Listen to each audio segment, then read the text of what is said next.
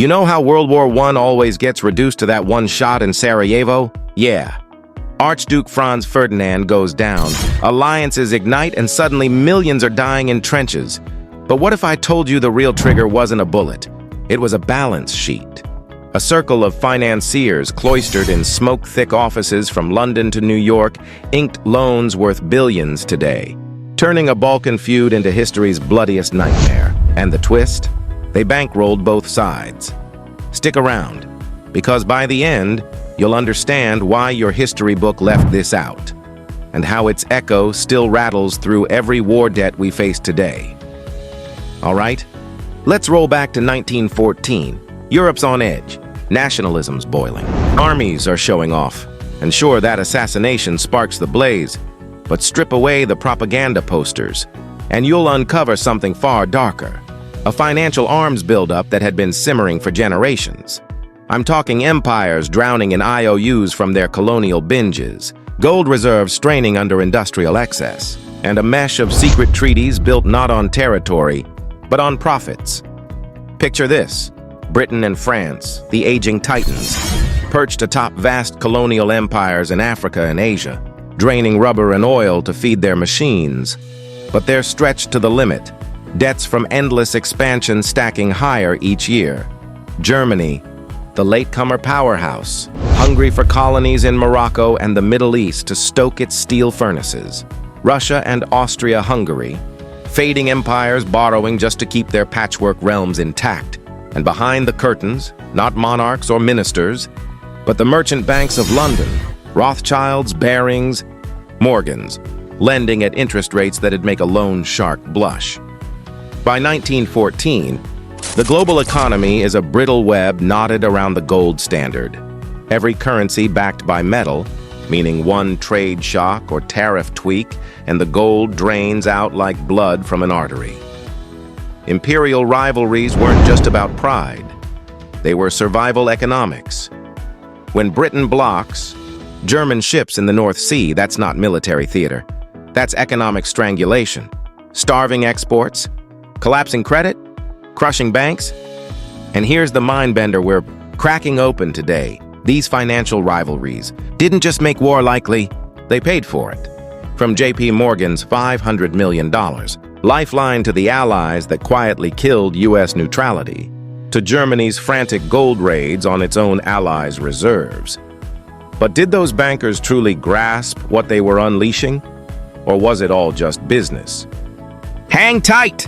The documents are coming! And they're more explosive than you'd imagine. The bombshell, loan that changed everything, lies buried. Deeper than any trench, let's trace it back to the start. Imperialism wasn't about honor or destiny, it was pure.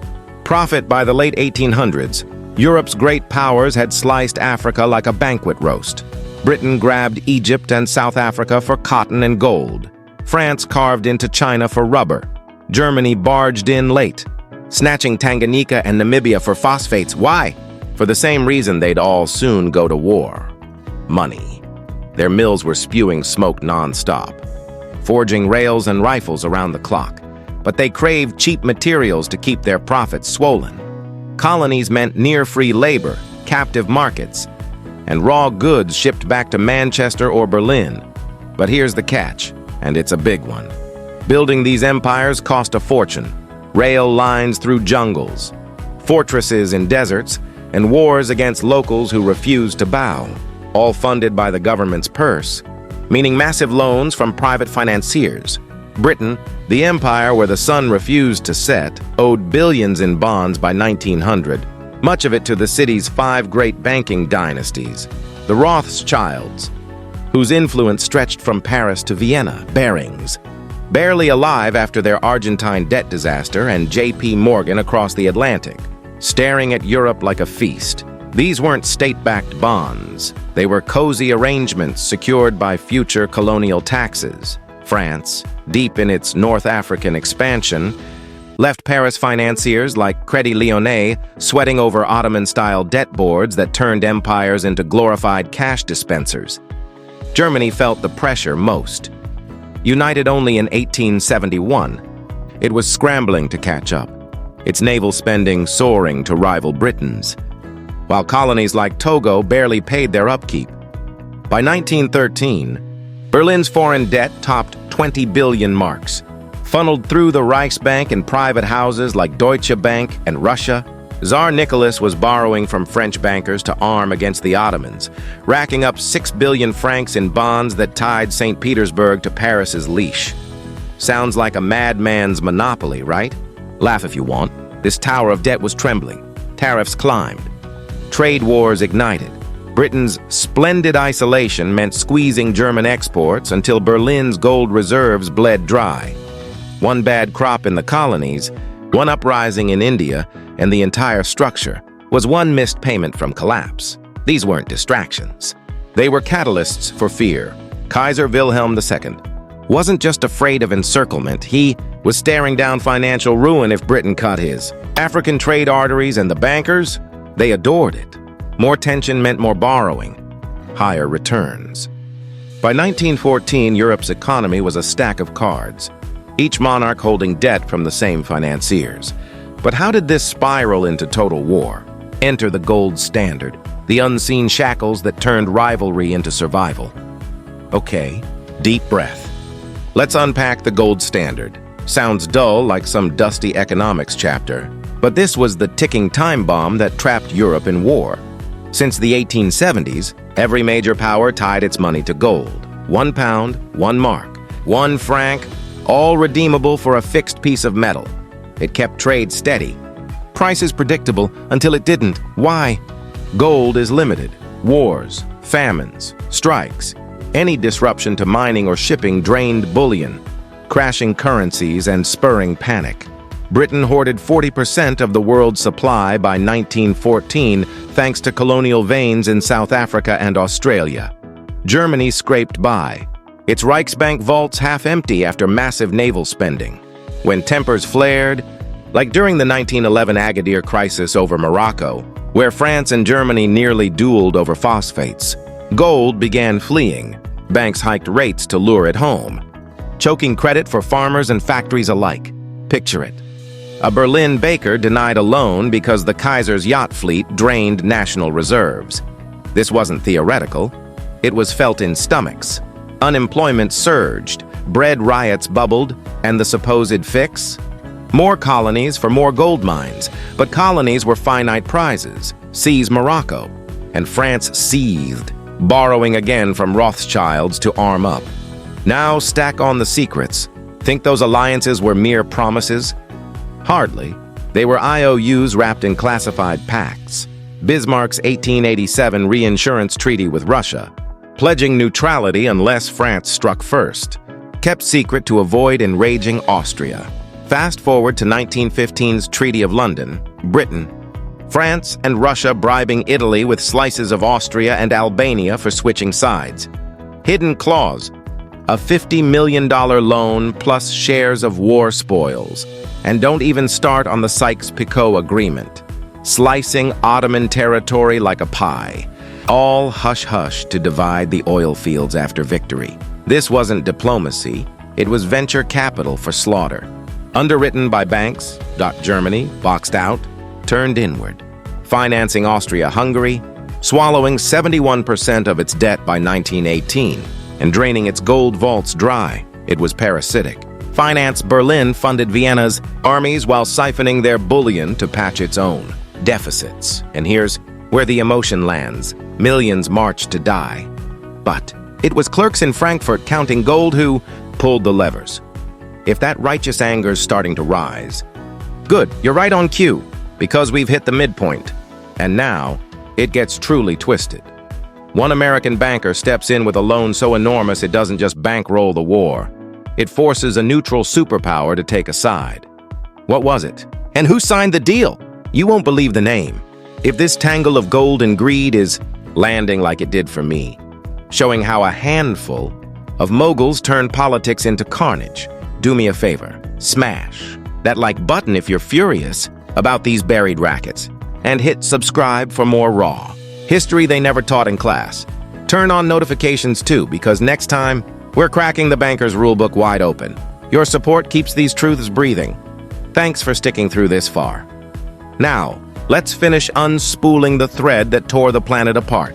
All right, time for the payoff. Enter J.P. Morgan Jr., Wall Street's giant who made neutrality a joke.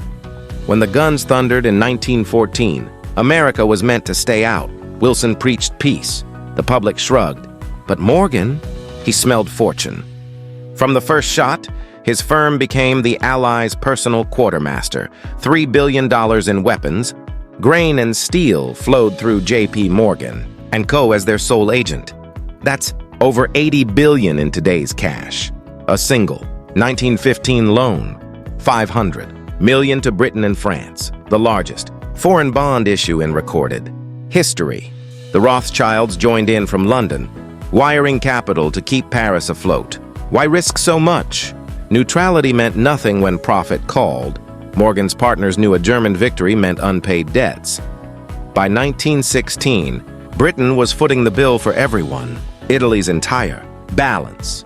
2/3 of France and Russia's. Gold reserves drained overseas. Assets pawned off. Private credit exhausted. Enter the United States. Morgan pressed Wilson relentlessly, warning that Allied collapse would crush American exports.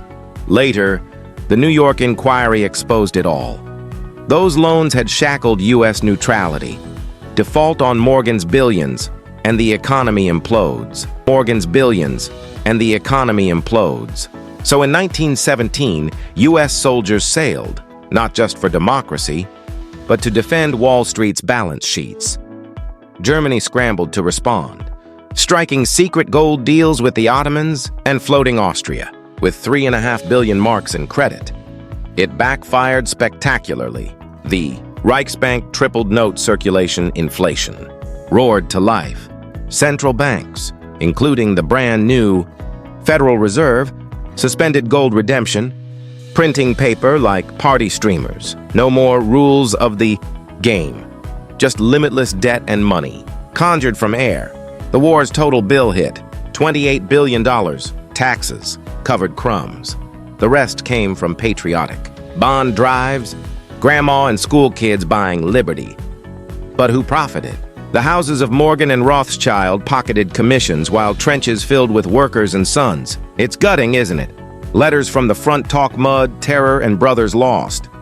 Back home, boardrooms toasted victory loans. The human toll, 16 million dead. Empires erased, but the financial web survived. The U.S. rose as the new creditor king. London lost its crown, but never its cunning. None of it was coincidence. It was construction. When the guns went silent in 1918, the math didn't balance. It broke the planet. Versailles wasn't peace. It was a trap built on debt, chaining Germany to collapse, inflation, and Hitler's rise. That Sarajevo gunshot was the spark, but the real battlefield was underground, in vaults where gold outweighed glory, and credit outlived men.